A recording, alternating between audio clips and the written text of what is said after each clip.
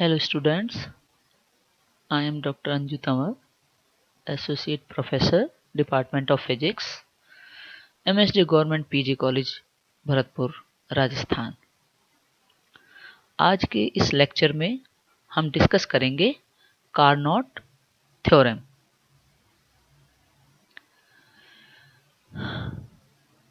तो Carnot theorem की जो स्टेटमेंट है,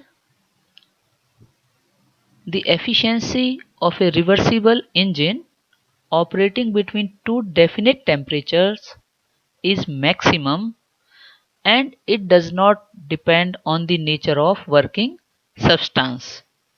तो इसे हम कार्नोट थ्योरम की स्टेटमेंट कहेंगे। और इस स्टेटमेंट पर हम किस तरह से पहुंचे हैं, क्योंकि पीछे हमने कार्नोट साइकिल और कार्नोट इंजन वो पढ़ा था। तो कार्नोट इंजन के केस में एक हम कार्नोट का आइडियल हीट इंजन पढ़ते हैं और उसमें हम ये इमेजिन करते हैं कि कोई भी हीट लॉस नहीं हो रहा है हमारे सिस्टम में, ना तो रेडिएशन से, ना कन्वेक्शन से और ना ही कंडक्शन से। दूसरा, जो सोर्स का टेम्परेचर है और सिंक का टेम्परेचर है वो कांस्टेंट रहते हैं, क्योंकि वो हीट रिजर्वायर्स हम कंसीडर करते हैं। तो इस तरह से जो कार्नोट इंजन है वो जो एसेंशियल कंडीशंस होती हैं आइडियल रिवर्सिबल इंजन की, उन सबको फुलफिल करता है। तो कार्नोट इंजन में जो एफिशिएंसी है वो सोर्स और सिंक के टेम्परेचर पर डिपेंड करती है, ना कि वर्किंग सब्सटेंस के नेचर पर। तो इसलिए हम जनरलाइज कर सकते हैं कि efficiency of all reversible engines working between to definite temperatures is same. और हम ये कह सकते हैं the efficiency of A reversible engine operating between two definite temperatures is maximum and it does not depend on the nature of working substance। तो ये हमारी Carnot theorem है। तो हमें देखना है अब इसको हम किस तरह से शो करते हैं कार्नोट थ्योरम की स्टेटमेंट को, कि ये स्टेटमेंट सही प्रूव हो रही है। इसके लिए कार्नोट थ्योरम को दो पार्ट्स में कंसीडर किया जाता है। तो कार्नोट थ्योरम का फर्स्ट पार्ट है आपका the efficiency of all type of heat engines working between two given temperatures cannot be greater than the efficiency of reversible Carnot engine working between the same two temperatures, that is the efficiency of Carnot engine is maximum। तो इसमें हम ये कह रहे हैं कि जो भी किसी भी टाइप के जो भी हीट इंजन है जो कि दो टेम्परेचर्स के बीच में काम कर रहे हैं, उनकी एफिशिएंसी जो हमारा आइडियल रिवर्सिबल कार्नोट इंजन होता है उससे ज्यादा नहीं हो सकती है। यानी आइडियल कार्नोट इंजन की एफिशिएंसी मैक्सिमम होती है।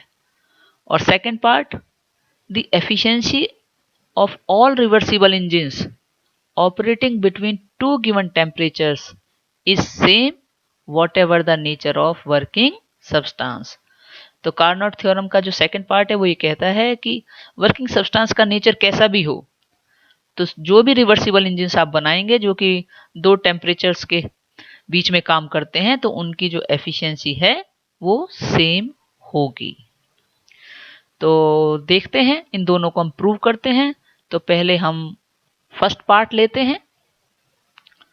सो to prove first part of Carnot theorem let us take two engines, जिसमें से पहला तो रिवर्सिबल इंजन है R और दूसरा इंजन हमने माना है इररिवर्सिबल इंजन I। तो दो इंजन ले लिए हमने, एक रिवर्सिबल इंजन R और एक irreversible engine I, operating between the same source and sink and doing same work W। यानी सेम सोर्स और सिंक का टेम्परेचर दोनों के लिए, सेम सोर्स और सिंक में वो काम कर रहे हैं और सेम वर्क W कर रहे हैं। जिसमें कि आपका जो सोर्स टेम्परेचर है वो हमने T1 ले लिया है और जो सिंक का टेम्परेचर है वो T2 ले लिया है।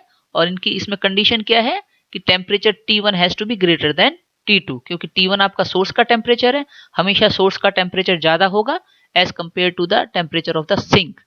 क्योंकि सोर्स का टेम्परेचर ज्यादा होगा तो उससे हमारा सिस्टम हीट ले सकता है और सिंक का टेम्परेचर कम होगा, उसको हमारा सिस्टम जो है वो हीट दे सकता है।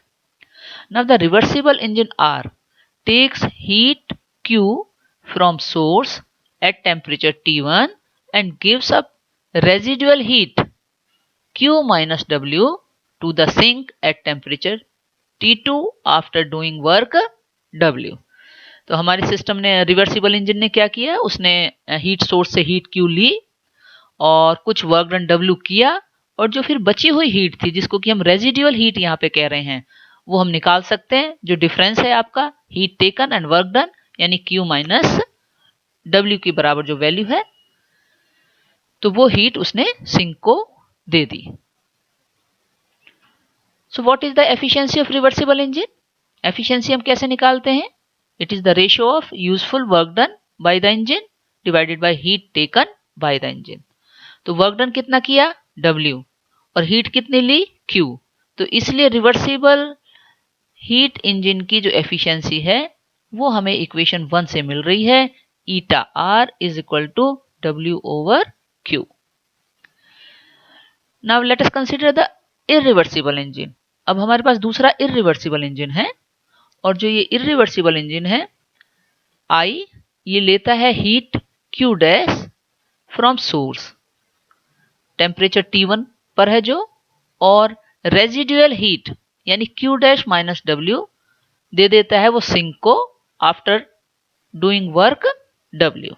तो इरिवर्सिबल इंजन भी आपका क्या करता है, वो भी सोर्स से हीट ले लेता है, वो वर्क डन W करता है और बची हुई हीट को सिंक को दे देता है।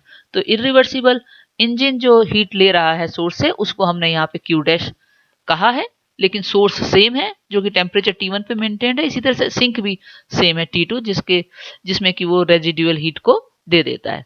तो इस इरिवर्सिबल इंजन की एफिशिएंसी क्या होगी? जिस तरह से आपने इक्वेशन 1 निकाली है उसी तरीके से आप ये निकाल लीजिए, eta I, efficiency of irreversible engine. So this comes out to be W over Q dash. तो equation 2 gives you the efficiency of irreversible engine. अब अगर हम ये मान लें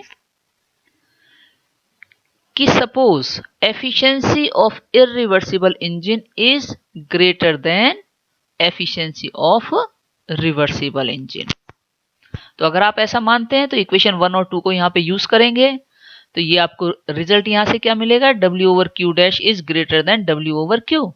तो जिसका सीधा सा मतलब क्या निकला कि Q dash is less than Q, या दूसरे शब्दों में आप क्या कह सकते हैं कि Q minus Q dash would be A positive quantity. Now since R is reversible engine, so this engine can be operated like a refrigerator without changing Q and W, क्योंकि हमें पता है, हम पहले भी पढ़ चुके हैं कार्नोट साइकिल और रेफ्रिजरेटर, बिकॉज वो आइडियल कार्नोट इंजन एक आइडियल हीट इंजन है और वो रिवर्सिबल इंजन है, क्योंकि कार्नोट साइकिल रिवर्सिबल है, तो उसको अगर हम रिवर्स ऑर्डर में चलाते हैं तो वो फिर वो रेफ्रिजरेटर की तरह काम करता है। तो वही चीज हम यहाँ अगेन वही चीज कह रहे हैं, क्योंकि आर आपका रिवर्सिबल इंजन है, तो this engine can be operated like a refrigerator without changing Q and W, उनको बदले बिना आप उसको रेफ्रिजरेटर की तरह काम में ले सकते हैं। Now let irreversible engine I be coupled with a reversible engine R। अब हम इरिवर्सिबल इंजन को कपल कर देते हैं रिवर्सिबल इंजन R के साथ, which is now working as refrigerator, जो कि रेफ्रिजरेटर की तरह काम कर रहा है, so that reversible engine R gets work W done by the engine I as shown in this figure. अब आप इस फिगर में आप देख लीजिए, okay, so you have this irreversible engine and then you have this reversible engine, all right? So the both the engines R and I work like a self running machine। अब ये तो self running machine की तरह work कर रहे हैं, क्योंकि in one complete cycle heat taken from the sink at temperature T2 that can be obtained from this difference of Q minus W minus Q dash minus W, and this comes out to be Q minus Q dash, which is a positive quantity. And heat given to the source at temperature T1, that is equal to Q minus Q dash, and which is again a positive quantity. तो इस तरह से हम क्या conclude कर रहे हैं कि बिना वर्क किए ये जो कपल्ड मशीन है इसमें हीट ट्रांसफर होती है from lower temperature to higher temperature, यानी ये एक सेल्फ रनिंग मशीन बन गई है। और इस सेल्फ रनिंग मशीन में ये जो आपका रिवर्सिबल इंजन है जो रेफ्रिजरेटर की तरह काम कर रहा है, तो इस सेल्फ रनिंग मशीन में आप देख रहे हैं कि लोअर टेम्परेचर सिंक से हीट ट्रांसफर हो रही है टू हायर टेम्परेचर सोर्स। लेकिन हम ये जानते हैं कि ये रिजल्ट अगेंस्ट नेचर है, लॉ ऑफ नेचर के अगेंस्ट है, या फिर आप कह सकते हो कि थर्मोडायनामिक्स के अगेंस्ट है, क्योंकि थर्मोडायनामिक्स के नियमों के हिसाब से जो हीट ट्रांसफर है वो हायर टेम्परेचर वाली बॉडी से लोअर टेम्परेचर वाली बॉडी की तरफ होगा। जबकि यहां हमें रिजल्ट ये मिल रहा है, अगर हम ये मान रहे हैं कि इरिवर्सिबल की हीट इंजन की एफिशिएंसी रिवर्सिबल से ज़्यादा है, तो हमें रिजल्ट ये मिल रहा है कि हीट आपकी लोअर टेम्परेचर वाले सिंक से और हायर टेम्परेचर वाले सोर्स को दी जा रही है। तो इसका क्या मतलब हुआ? इसका मतलब ये हुआ कि जो एफिशिएंसी है इरिवर्सिबल इंजन की वो ज़्यादा नहीं हो सकती है रिवर्सिबल इंजन से। यानी हमने यहाँ ये प्रूव कर दिया कि ये आपने जो एज्यूम किया था ये गलत है। Efficiency of irreversible engine can not be greater then the efficiency of reversible engine, क्योंकि अगर हम ऐसा मानते हैं तो हमें जो रिजल्ट मिलता है वो थर्मोडायनामिक्स के नियमों के अकॉर्डिंग नहीं है। तो इसलिए अब आप कह सकते हो कि efficiency of all type of heat engines working between two given temperatures cannot be greater than the efficiency of reversible Carnot engine working between the same two temperatures। तो इस तरह से हमने कार्नोट थ्योरम की फर्स्ट स्टेटमेंट को prove कर दिया है। तो अब हम आ जाते हैं कार्नोट थ्योरम के सेकंड पार्ट पर। तो सेकंड पार्ट हमारा जो कार्नोट थ्योरम का है, जिसके according the efficiency of all reversible engines operating between two given temperatures is same whatever the nature of working substance। तो जो भी रिवर्सिबल इंजन आप कंसीडर करोगे जो दो टेम्परेचर्स के बीच में काम कर रहे हैं उन सब की एफिशिएंसी बराबर होगी। इससे कोई फर्क नहीं पड़ता कि उनमें वर्किंग सब्सटेंस क्या है। तो इसको प्रूव करने के लिए हम क्या मान लेते हैं कि हमारे पास दो रिवर्सिबल इंजन हैं R और R dash, and these two reversible engines they are working between two given temperatures and doing same work कर रहे हैं, ठीक है। And then they can have different working substance, उनके अंदर जो वर्किंग सब्सटेंस है वो अलग अलग हो सकता है। अब हम क्या करेंगे, अब हम रिवर्सिबल इंजन R को कपल कर देंगे with another reversible engine R dash, और इस तरह से कपल करेंगे कि जो work done by reversible engine R that gets transferred to the reversible engine R dash. तो जब आप इस तरह से कपल कर देंगे तो क्या होगा, ये सिस्टम भी आपका जो दोनों रिवर्सिबल इंजन से मिलकर बना है ये भी एक सेल्फ रनिंग मशीन की तरह काम करने लगेगा, ठीक है। तो अब अगर हम ये एज्यूम करते हैं कि जो एफिशिएंसी है रिवर्सिबल इंजन की R की वो greater than efficiency of another reversible engine R dash, उससे ज्यादा है, तो इसका मतलब ये हुआ कि आप कंक्लूजन निकाल सकते हो जैसे पहले निकाला था कि heat can be transferred from lower to higher temperature without doing external work, right.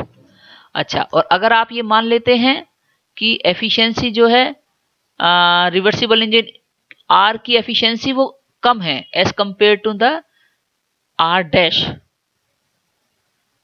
तो फिर वही कंक्लूजन निकलता है आपका कि हीट ट्रांसफर होगी from lower to higher temperature without doing external work.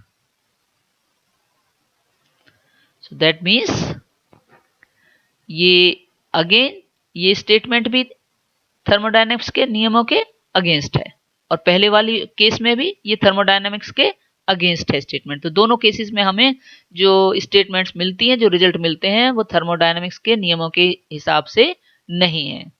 तो इसका कंक्लूजन आपका फिर क्या निकला? The efficiency of R can neither be greater than or less than that of R dash. दोनों रिवर्सिबल इंजन आपने कंसीडर किए हैं, दोनों सेम टेम्परेचर रेंज में टेम्परेचर्स पे काम कर रहे हैं, दो टेम्परेचर्स पे, लेकिन दोनों में वर्किंग सब्सटेंस डिफरेंट है, राइट? लेकिन उनकी जो एफिशिएंसी है वो सेम होगी। तो आप क्या कह सकते हैं? हम यहां से कंक्लूड करते हैं और ये आपका प्रूव करता है कार्नोट थ्योरम का second part, that the efficiency of all reversible engines does not depend on the nature of working substance। तो जो भी रिवर्सिबल इंजिन्स आप कंसीडर करेंगे जो same temperatures between same temperatures में काम कर रहे हैं सोर्स एंड सिंक के, तो उनकी जो एफिशिएंसी है वो हमेशा सेम होगी।